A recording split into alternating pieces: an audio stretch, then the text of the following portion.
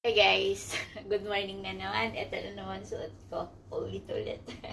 So anyway guys, papahita ko sa inyo yung pinamalengke ko kanina. Ngayon, linggo. So bumili ako ng watermelon.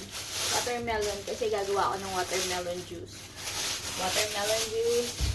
And then, bumili ako ng mangga. So you know how much is it?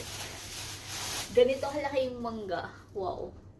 Ganyan kalaki yung mangga kasing laki ng mukha ko.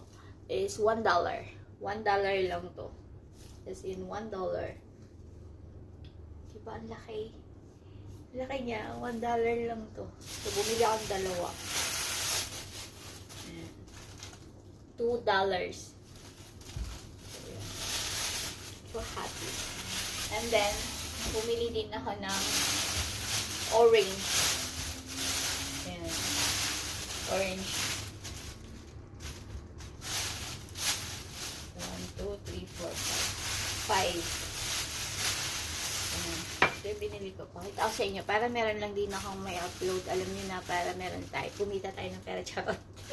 Hindi. Magkakaroon lang tayo ng memories dito sa ibang bansa. Kasi, syempre, hindi naman habang buhay nandito ako sa Singapore. So, I upload this for my memories para kapag nag-uwi na ako ng Pilipinas, so I have to look back na ito ba yung ginawa ako dito sa abroad, ganon. Kasi ba, syempre yung mga memories na ilalagay mo sa YT, tapos pagdating ng araw, pagtanda ko, may mapapanood ako, ganon. That's why, pakita ko sa inyo yung orange mango. Grabe, laki, diba? Yan.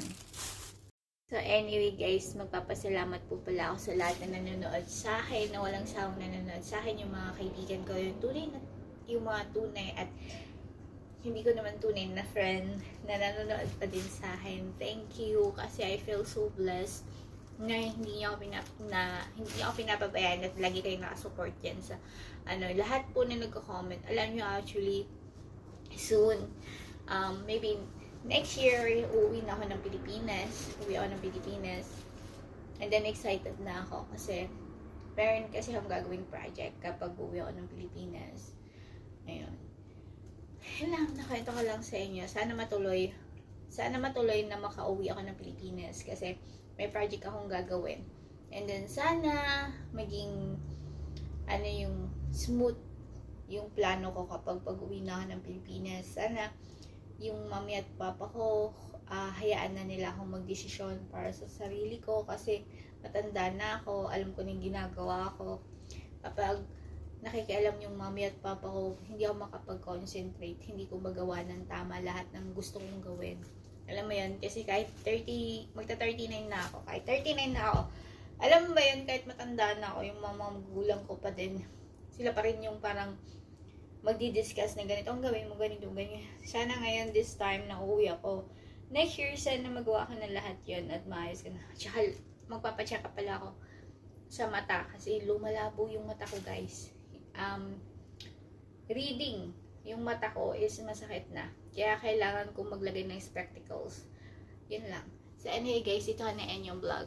Bye and God bless. Pinakita ko lang yung pinamalengke ko para meron din akong memories dito sa ibang bansa kung sakaling uwi na ako ng Pilipinas. So anyway guys, bye and God bless.